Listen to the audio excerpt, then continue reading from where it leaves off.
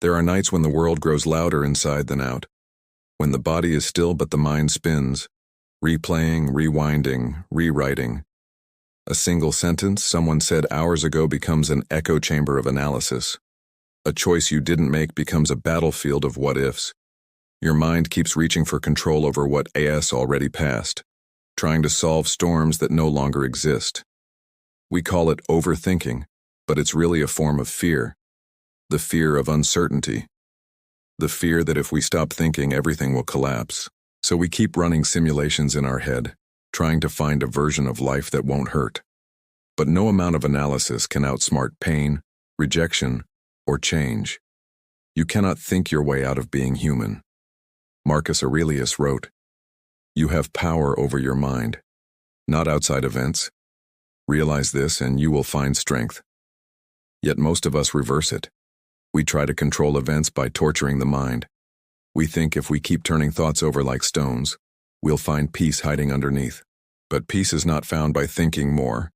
It's found by thinking less, by learning when to stop the loop and return to what is real. So let us begin this journey, not as warriors trying to silence the mind, but as observers learning to master it. Let us walk through the quiet rooms of overthinking and see how Stoic discipline can turn chaos into calm, confusion into clarity, and hesitation into strength. Lesson 1. Accept that the mind is a storyteller, not a prophet. Every thought you have about the future is fiction. It may feel urgent, vivid, convincing, but it is still a story your mind is telling to make sense of uncertainty. Overthinking thrives on storytelling. It says, "If I think long enough, I can predict how this ends." But prediction is not preparation. It's paralysis dressed as control. The Stoics saw thought as a tool, not a master. Epictetus said, "It's not things themselves that disturb us, but our opinions about them." Your mind will build entire cities of opinion, skyscrapers of assumption, alleys of insecurity, crowds of imaginary conversations. You walk through them as if they're real, but when you stop to question them, they vanish like mist. Imagine standing at a window looking at clouds. They shift, collide, dissolve. You don't chase them, you just observe. That's what Stoic observation means, letting thoughts drift by without mistaking them for commands. The mind will always narrate because it fears silence. But silence is where the truth hides. So instead of trying to stop the narrative, watch it. Let the thought come, and ask, is this a fact or a forecast? Most of what we overthink are forecasts, not realities. We replay conversations that haven't happened, rehearse failures that don't exist. When you see the difference, the weight of those thoughts begins to dissolve. Overthinking feeds on attachment to the future. But the Stoic lives in the present moment, not because he rejects planning, but because he refuses to drown in possibilities. Marcus Aurelius reminded himself daily, "Never let the future disturb you. You will meet it with the same reason you have today." This is the essence. The mind is not an oracle, it's an artist. It paints scenarios to feel safe. You cannot stop it from painting, but you can choose which canvases to hang in your mind. Each time you detach from an imagined outcome, you reclaim your freedom.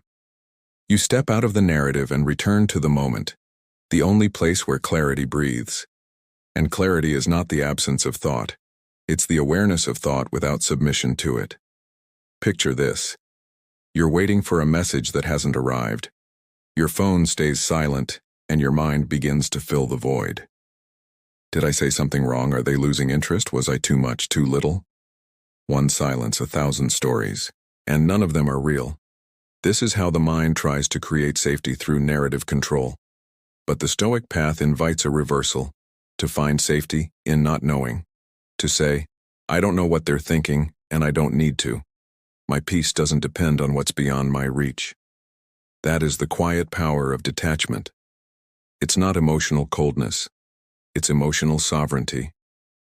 Overthinking ends not when the world behaves, but when the mind surrenders its addiction to certainty. You stop needing to predict because you start trusting your ability to respond. That's the shift, from control to competence, from guessing life to meeting life. When you trust yourself, overthinking loses purpose. The mind spins because it doesn't trust you to handle what's coming. So it keeps rehearsing disaster.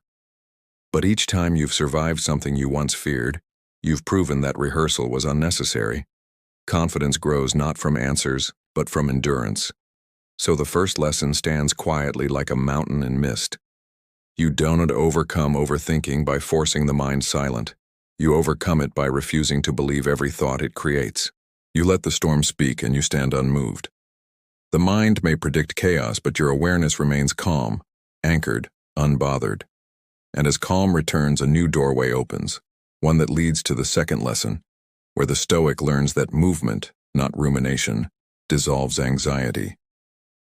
That stillness of action is not peace, but stagnation disguised as reflection. We'll walk through that doorway next, into the art of motion, where thought begins to serve life again. Lesson 2. Move before the mind catches up. Overthinking loves stillness. It feeds on it. Like stagnant water breeds mosquitoes, stillness breeds mental noise. You sit, you analyze, you wait for certainty to appear before moving. But certainty doesn't arrive. It's born from motion. The Stoics knew that hesitation breeds torment, and momentum heals it. Seneca said, "We suffer more in imagination than in reality." He understood that much of suffering is built in thought before it's ever felt in life, and the way to break that illusion isn't to think differently, it's to act. Because the moment you move, your focus shifts from speculation to engagement. You stop watching the story and start writing it. There's a reason why clarity often comes during a walk, not while sitting still. When the body moves, the mind loosens. When the hands work, the fog lifts. Overthinking freezes you in place because it tricks you into believing that thought precedes readiness. But readiness is the child of movement. The Stoics didn't wait for ideal conditions to act. They acted, and the conditions became ideal through discipline. Marcus Aurelius rose before dawn to write, not because he felt inspired, but because he believed in duty over mood. He didn't seek the right mindset before beginning. He began, and the right mindset followed. Action purifies emotion. It burns through mental clutter like fire through dry leaves. Imagine a mind spiraling over a decision. Should you leave? Should you stay? Should you speak? Should you remain silent? The more you analyze, the less you know. The more you wait, the heavier it becomes. But the Stoic says, act in accordance with virtue and let the rest unfold. This doesn't mean act impulsively, it means act aligned with your values, not your fears. The mind seeks perfection before movement, but perfection is found through movement. In modern life, the same rule applies. You won't feel ready to start that project, to reach out, to rebuild, to heal. But the longer you delay, the more your mind fills the silence with imaginary outcomes. The cure is not more clarity, it's courage. Not in waiting for the right emotion, but in choosing to move while uncertain. Overthinking whispers, what if it goes wrong? Wisdom answers, then you'll adapt. Overthinking demands guarantees. Wisdom accepts reality as experiment, because every act, even if imperfect, teaches you more than 1,000 hypothetical scenarios. The Stoic practices motion not as escape, but as realignment. He moves not to outrun his thoughts, but to give them rhythm. Walk, write, create, serve, breathe. These are not distractions from thought. They are how thought becomes balanced again. When motion replaces hesitation, the mind has less space to invent pain. Action does not remove fear, it transforms it. It channels nervous energy into movement like a river redirected through new soil. And when the river flows, it stops flooding the mind. Overthinking ends where momentum begins. Because momentum tells the truth. You were never paralyzed. You were paused. Lesson 3. Focus on what you can control. The storm of overthinking often begins with a single spark. Something you cannot control. Someone's opinion, an outcome, a message that didn't arrive, a memory that won't fade. The Stoics saw this clearly. They divided life into two realms, what is up to us and what is not. Peace lives in the first, Chaos lives in the second. Epictetus wrote, "Some things are in our control and others not." That single sentence could free the modern world if only we lived by it. But we don't. We try to govern the external, other people's reactions, outcomes, timing. And when we fail, the mind becomes a courtroom, replaying the case again and again, demanding a verdict that will never come. Overthinking is often just resistance disguised as responsibility. We believe we're being thorough when we're actually trying to rewrite fate. The Stoic doesn't deny emotion. He disciplines it. He feels the sting of disappointment, but he refuses to give it power. He understands that energy spent worrying over the uncontrollable is energy stolen from mastery of the self. Modern life tempts us into this trap constantly. You post something online and wonder how it's being perceived. You text someone and watch the screen, waiting for the 3 dots to appear. Each moment of waiting becomes a test of worth. But Stoicism whispers, their response is not yours to govern. You have done your part. The rest belongs to the nature of things. Control what you create, not how it is received. Control your words, not how they're interpreted. Control your efforts, not the reward they bring. That is how the mind regains peace. When you stop trying to choreograph outcomes, you begin to dance with life instead of wrestling it. Marcus Aurelius faced betrayal, sickness, and war, yet he wrote, "You have power over your mind." Even as the empire shifted under his feet, he focused on governing the only kingdom he truly owned, his inner state. This is why Stoicism is not passive, it's precision. It channels energy only where it can create change. It accepts the rest with grace, not defeat. To practice this today is to train yourself in selective focus. Ask with each worry, is this within my control? If yes, act. If no, release. Simple, but not easy. Because the ego clings to control like a drowning man to driftwood. But real strength lies in release, not grasping. When you release what you cannot control, you don't lose power. You gain it. You free up the mind's bandwidth to master what truly matters. Character, effort, and reaction. These are your eternal possessions. Everything else belongs to chance, time, or the will of others. And as this truth sinks deeper, you begin to see overthinking for what it is. The ego's last attempt to dominate what was never yours. But the Stoic learns to smile gently at that impulse, to let the mind speak its fears and then remind it, we are still in control of ourselves. And that is enough. The mind quiets not through dominance, but through understanding. When you stop wrestling with the world and start aligning with it, overthinking fades like smoke. You realize that calm was never lost. It was buried under the illusion of control. And once you see this clearly, a new understanding begins to form, the 4th lesson, where we explore how acceptance, not avoidance, becomes the most radical cure for mental chaos, where facing reality becomes liberation, not defeat.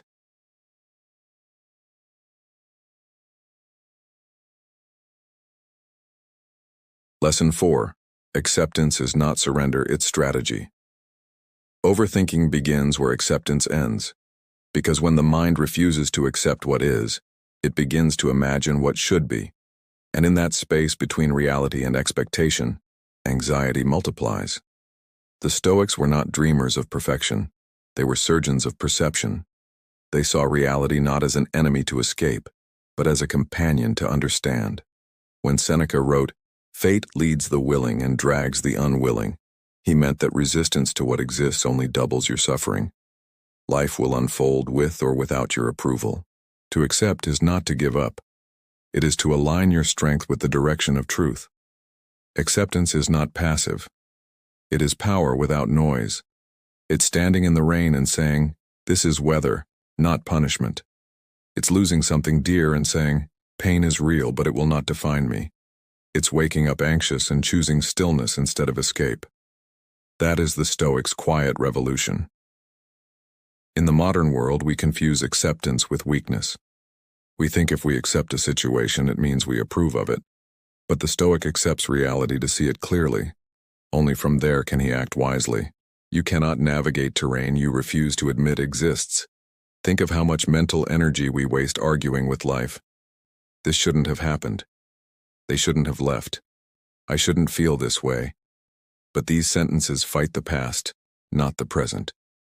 And the past has never once lost an argument. Acceptance transforms overthinking because it closes the loop of resistance. You stop rerunning the same emotional footage and start observing what can actually be done. Once you accept what is, the mind shifts from panic to purpose. You begin to see with quiet clarity what remains within your control. Marcus Aurelius practiced this daily. When betrayed, he wrote in his journal, "The wrongdoer has done me no harm. He has harmed himself." That was not moral arrogance. It was acceptance of truth. He refused to give his peace to another's actions. He knew the only lasting defeat is the one we inflict on our own soul through bitterness. To accept does not mean to stop feeling. It means to stop feeding what you feel with resistance. Acceptance is like sunlight. It reveals what needs to be healed, not hidden. And once light enters, the shadows lose their authority. The modern Stoic doesn't need a mountain cave or monastery.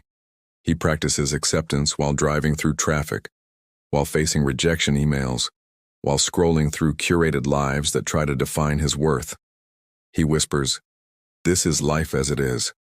My task is not to escape it, but to engage it wisely." Acceptance becomes a shield against mental warfare. It protects you from being dragged by events you cannot undo. It is how the mind stops spinning stories and starts living the truth. And once you accept life's terms, you realize you've been free all along. That freedom carries us into the next lesson, one that transforms how we view thought itself.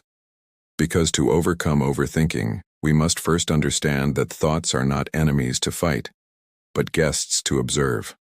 Lesson 5. Observe the thought, don't become it. Overthinking feels endless because we identify with every thought that passes through the mind. We hear an anxious sentence and immediately say, "I am anxious." But the Stoics saw thought as a visitor, not an identity, a passing cloud in a vast sky. Marcus Aurelius wrote, "The soul becomes dyed with the color of its thoughts." If you allow every fearful thought to stain you, you will begin to wear the colors of chaos. But if you observe thought as separate from who you are, you regain choice. You realize, I am not the thought. I am the awareness noticing it. This is the essence of Stoic mindfulness, ancient yet timeless. The mind speaks, but you don't have to answer. The thought arrives, but you don't have to believe it. You can let it pass, like a bird landing and flying away again. Overthinking is not caused by too many thoughts. It's caused by attachment to them. You believe each one requires analysis, attention, or reaction. But the Stoic trains his awareness like a guard at the gate of a fortress. He asks each thought, "Is this within my control? Does this help me live with virtue?" If not, he lets it go. In our modern world, the mind is overstimulated by constant input, screens, notifications, conversations, comparisons. It becomes like a crowded room where every voice demands attention. Overthinking thrives in that noise. The Stoic learns to step back, to observe without reacting, to create silence between stimulus and response. That silence is not emptiness, it is strength. When you stop reacting to every thought, you begin to see patterns. You notice how many of your worries are recycled from yesterday. You see that most of your imagined fears never arrive. And in that realization, overthinking loses its grip. Seneca said, "He suffers more than necessary who suffers before it is necessary." When you observe your thoughts, you see how much of your pain is self-inflicted. Fear of what hasn't happened, regret over what's already gone. The Stoic watches this and smiles softly, knowing the mind is doing what minds do, creating stories. But he no longer mistakes those stories for reality. In practical life, this looks simple. The anxious email before you read it. The silence after a message. The moment before a performance. The mind begins to chatter. What if I fail? What if they reject me? What if I'm not enough? And you breathe, then say internally, "This is just thought, not truth." That single awareness breaks the cycle. Over time, you stop fearing the mind's noise.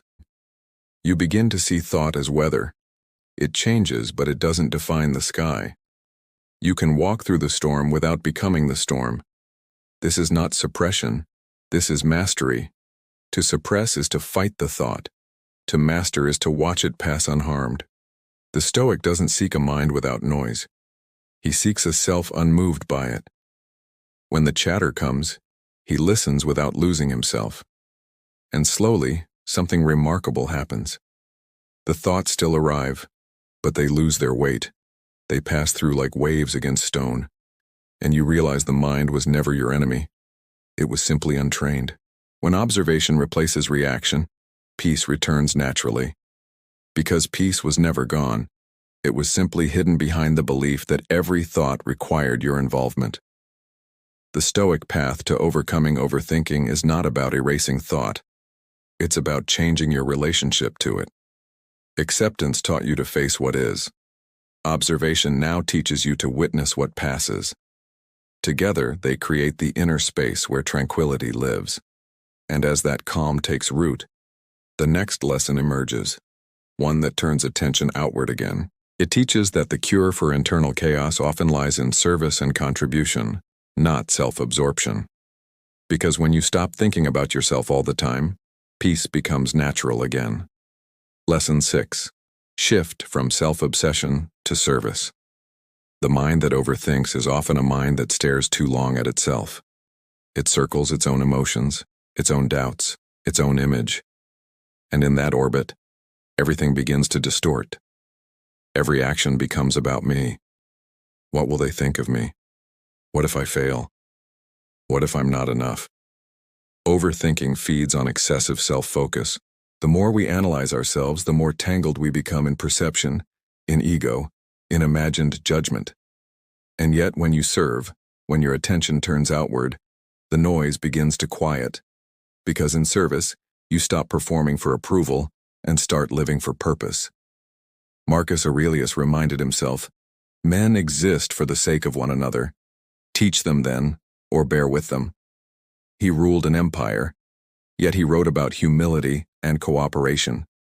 He knew that contribution, not recognition, was the antidote to overthinking. Modern life tempts us toward self-centered anxiety. Social media has made mirrors out of screens. Every post, every scroll, every like becomes a measurement of worth. It's easy to lose the line between authentic living and digital performance.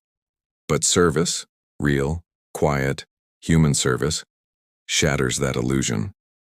When you help someone without expectation, your mind steps outside its own cage. Suddenly, your worth is not an equation to solve. It's an energy to give. You remember what Stoics called oikeiosis, the idea that we are all part of a larger whole, not isolated fragments competing for validation. The Stoic's mind widens with this truth. To live for others is not to lose yourself. It is to find the part of yourself that is strongest. Because in that moment when you comfort a friend, share knowledge, or simply listen without judgment, the mind stops spinning inward. You become anchored in something greater than thought, connection. There's a modern stoicism in small acts. When you hold space for someone who's struggling, you practice virtue. When you choose understanding instead of reaction, you practice mastery.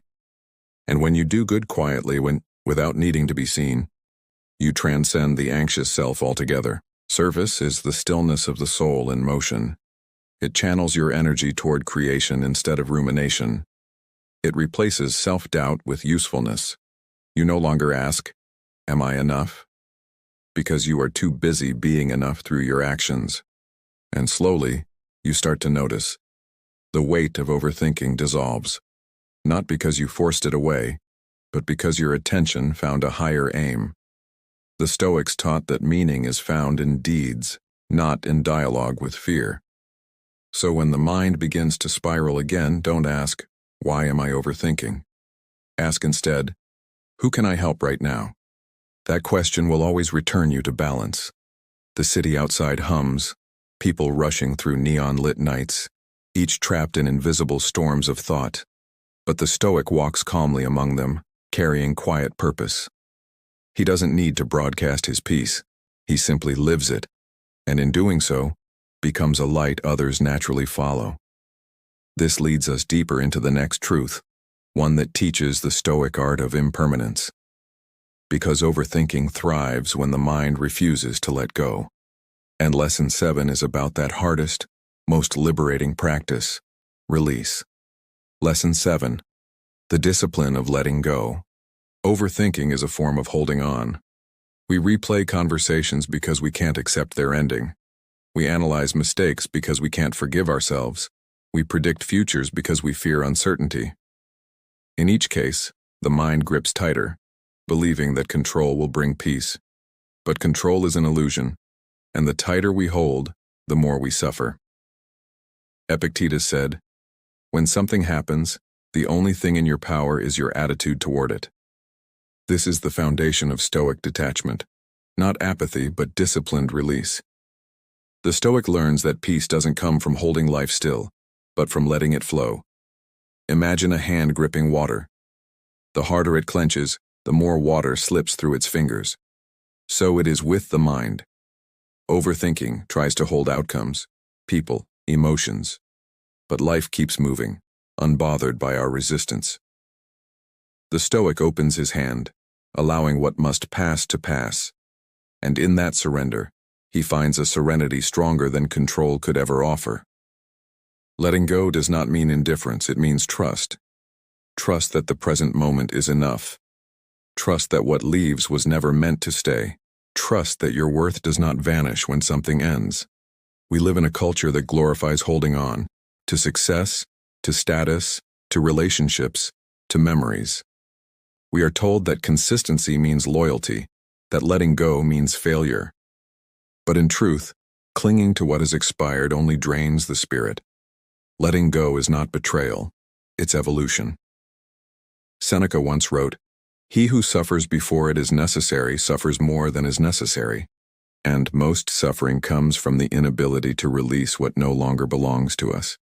The job that ended, the love that faded, the version of ourselves we've outgrown. We don't allow new peace to enter because our hands are full of old pain. To practice letting go, the Stoic turns inward. He examines his attachments with honesty. He asks, "Is this helping me live with virtue? Or is this keeping me stuck in illusion?" If it's the latter, he loosens his grip, knowing that freedom costs comfort. In modern life, letting go may look like silence after betrayal.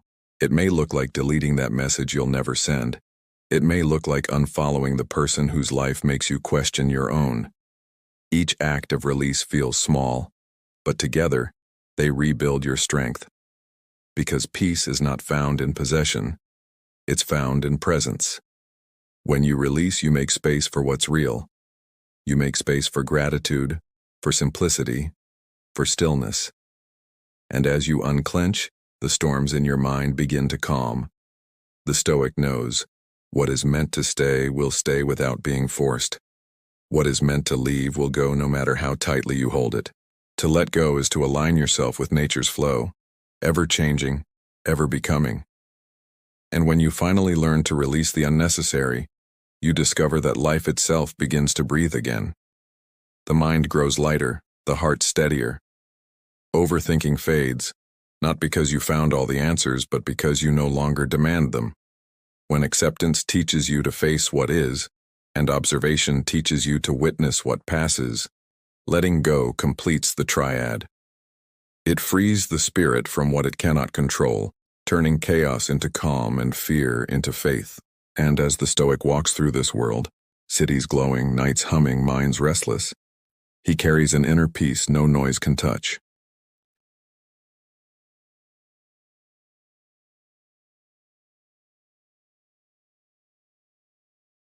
Lesson 8. Accept the unfinished nature of life. The mind that overthinks is a mind at war with imperfection. It wants closure before peace. It wants to understand before it acts. It wants certainty in a world that was never built to offer it. But life, as the Stoics understood, is not meant to be wrapped in neat conclusions. It's meant to be lived, raw, unpredictable, incomplete. Overthinking is the attempt to polish chaos into symmetry. But the universe moves in fragments and flow. Everything is becoming, nothing is finished. When you accept that truth, you begin to find serenity even amid the unknown. Marcus Aurelius wrote, "The universe is change. Our life is what our thoughts make it." That simple line holds the essence of release. Because when you realize life is in motion, you stop trying to trap it in answers. You stop demanding that people remain who they were, that moments stay as they felt, that paths remain straight and smooth. Instead, you learn to walk. Even when the light ahead is dim, look around. The modern world trains us to seek perfection before participation. We want the perfect plan before the first step. We want the perfect body before the gym. We want the perfect idea before the work. And so, we stall. Days pass, and we think we're preparing. But in truth, we're just protecting ourselves from the possibility of imperfection. The Stoic accepts the cracks, the rough edges, the half-finished stories, because wisdom is not in knowing how everything ends. It is in acting rightly before it does. When you move, you adapt. When you hesitate, you calcify. Overthinking is stagnation disguised as strategy. There is a quiet beauty in the unfinished. The musician still tuning their instrument. The writer still shaping their words. The human still learning to forgive. These are not failures. They are proofs of life. To overcome overthinking, you must stop trying to complete every narrative. Some conversations will end without apology. Some dreams will die before fruition. Some people will drift away quietly. And all of it is part of the same design, the nature that teaches you not to cling to endings. When you begin to live with that acceptance, the pressure fades. You start to see life not as something to solve, but as something to experience fully, uncertain, imperfect, and profoundly real. That is the mind's liberation, to act, to flow, to breathe, without needing the final word. Lesson 9. Return to the body, leave the mind behind. When the mind won't stop spinning, the Stoic returns to the one thing that doesn't lie, the body. Because while thought creates storms, the body moves in truth, in rhythm, in breath, in presence. Overthinking lives in abstraction. It feeds on imaginary futures, invisible fears, digital ghosts. But the body lives only in now, and now is where peace always hides. Epictetus said, "First say to yourself what you would be, then do what you have to do." That second part, do, is what most forget. The mind resists motion. It prefers the illusion of control through thought. But motion breaks illusion. To act is to rejoin the living world. When your mind loops, move. Walk through your neighborhood at dawn while the world still sleeps. Feel the cool air cut through your worry. Go lift something heavy, a weight, a responsibility, a silence. Let your body remember that strength is not conceptual. The Stoics understood this physical grounding deeply. Marcus wrote that the soul becomes dyed with the color of its thoughts, but he also bathed in cold rivers and marched with his soldiers. Philosophy wasn't meant to be thought in isolation. It was meant to be embodied. In the modern world, we live almost entirely in our heads. Screens pull us upward, away from touch, from wind, from weight. We scroll, we consume, we overanalyze, and we forget the wisdom of flesh. The wisdom of a deep breath before reaction, the wisdom of exhaustion after effort, the wisdom of motion as meditation. When you walk slowly, noticing the pavement, the sky, the rhythm of your steps, the mind quiets because attention returns home. It stops chasing ghosts. It returns to the heartbeat, the lungs, the steady pulse of existence. To overcome overthinking is to honor the physical truth of being alive. Not thinking about breath, but feeling it. Not analyzing peace, but practicing it. When your thoughts spiral, drop back into the body. Stretch, breathe, move, even in the smallest way. This is how you reclaim the present, because no one ever overthought their way to peace. They moved their way there, breath by breath, step by step, choosing reality over imagination. Lesson 10. Live by action, not by analysis. In the end, Overthinking is the enemy of motion. The mind builds 1,000 theories for what one moment of courage could solve. We analyze life like it's an equation, but living is not mathematics. It's participation. Seneca wrote, "We suffer more in imagination than in reality." That is the truth at the heart of all overthinking. Imagined pain outweighs lived experience. We rehearse disasters that never happen. We live twice, once in thought, once in life, and we suffer both times. The Stoic learns to break this cycle through action. Not reckless action, but deliberate movement. He doesn't wait to feel confident, he acts to create confidence. He doesn't need every answer before beginning. He begins to find them. He doesn't seek perfect timing. He makes time through discipline. Every time you act, you weaken the habit of hesitation. The brain rewires itself around movement. Courage becomes muscle memory. This is how Stoicism turns philosophy into practice, through small daily acts that prove the mind wrong.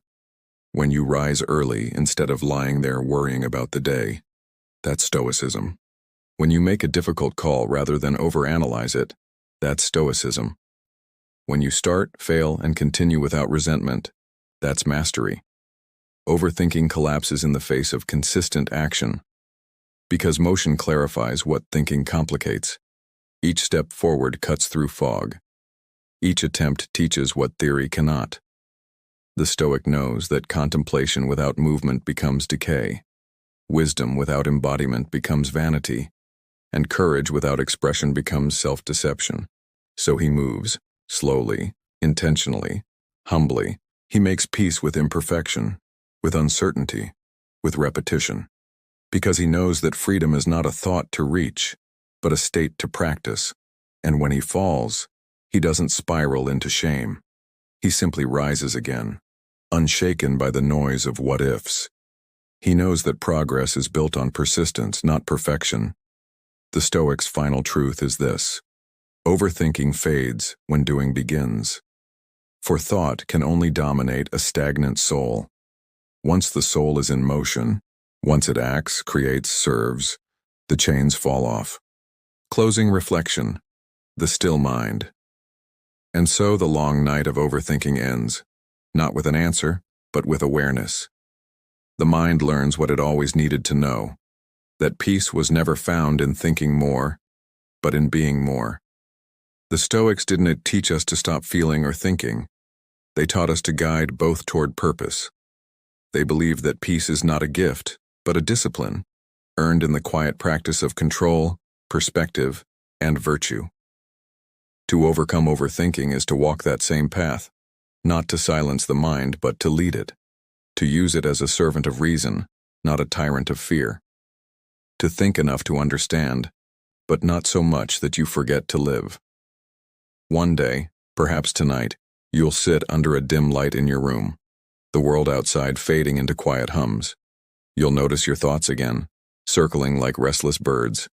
But this time, you won't chase them. You'll simply breathe, observe, and act when it's time. That is the beginning of mastery, the end of overthinking, and the rebirth of peace. Because a calm mind isn't a mind without thought. It is a mind that has learned to stop wrestling with what it cannot control. And in that silence, you finally hear what life has been whispering all along. You were never trapped by thought. You were simply waiting to return to stillness, and now you have.